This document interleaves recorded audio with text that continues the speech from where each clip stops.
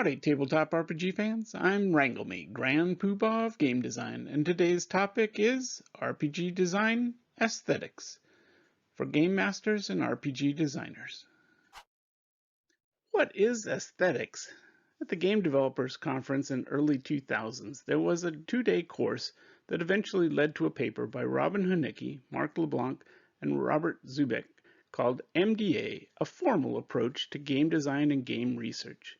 MDA, or Mechanics, Dynamics, and Aesthetics, is a framework to analyze how rules and game mechanics create styles of gameplay, which drive aesthetics, what some people call fun or the emotional benefit to playing a game. In an RPG, the resolution systems, skills, powers, health, and other rules make up the mechanics. Battles, mysteries, treasure hunts, and adventures of gameplay are the dynamics. Mood, branding, tone, genre, and emotional content are the aesthetics. As the game designer, we make the mechanics of role-playing games that evoke a specific kind of gameplay to pay off on a specific kind of aesthetic. But players see this exactly the opposite. They want specific aesthetics to drive the dynamics they want to experience, which require a certain kind of rules and mechanics. This bottom-up and top-down aspect of game design is well known as a game design pattern. A good game designer will customize the mechanics and rules to create a very specific resulting gameplay and test that it satisfies the player's specific emotional reasons for playing the game. A player may see that as a cool-looking game about pirates, that it promises swashbuckling adventure on the high seas, and that it uses a skill-based roll-under resolution system, MDA in reverse. Kinds of fun. Mark LeBlanc's 8 kinds of fun are listed as aesthetics in the MDA paper. 1. Sensation, game as a sense, pleasure. 2. Fantasy game as make-believe. 3. Narrative game as drama. 4. Challenge game as obstacle course. 5. Fellowship game as social framework. 6. Discovery game as uncharted territory. 7. Expression game as self-discovery. 8. Submission game as a pastime. Nicole Lazario has 4 kinds of fun: hard fun or challenges, easy fun or novelty, people fun or friendship, and serious fun or meaning. Mattel has 10 kinds of fun. I am free is liberation.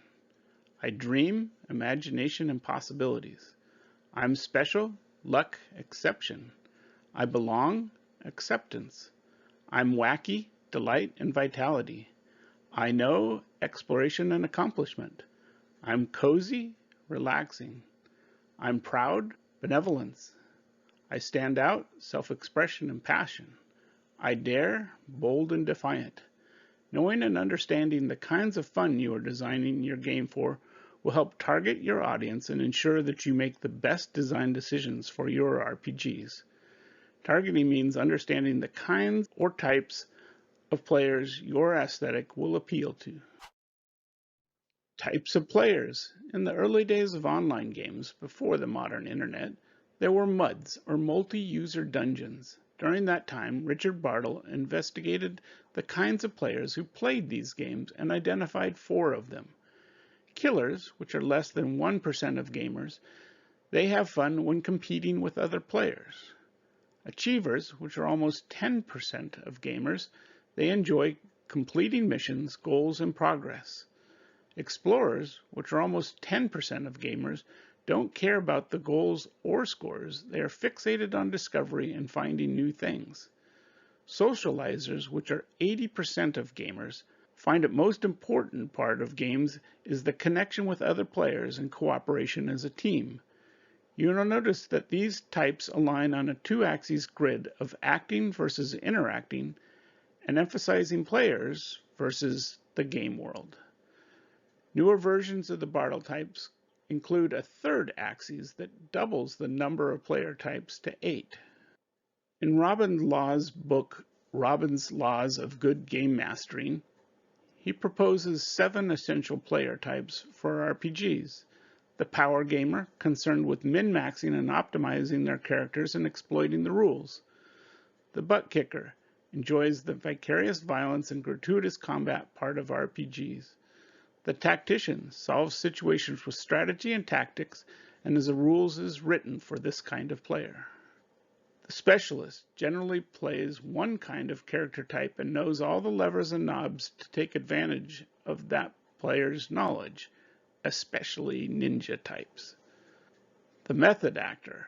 They like character customization and opportunities to roleplay to find solutions based on their character's personality.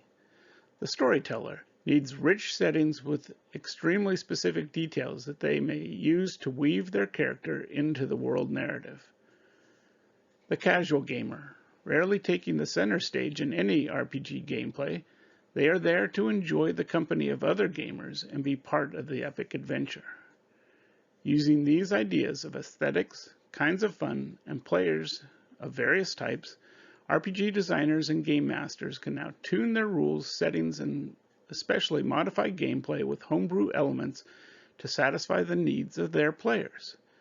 Using this knowledge along with my other RPG design lessons will help you achieve good game design while understanding why you might make certain critical design decisions. This is also why I believe there are no one RPG fits all kind of situations. You must pick or design your RPG to fit the settings, players, and aesthetics you hope to achieve. Even if you have experience in a single well-known system, I encourage you to adapt that system to the unique settings and aesthetics to make the experience stand out from the original RPG with homebrew rules. Thank you all for watching this episode. Hit like, subscribe, or ring the bell, or Booger will get you. If you want to see more videos like this, go to hopspush.com and buy an RPG or t-shirt. Do good, annoy evil, and bye-bye.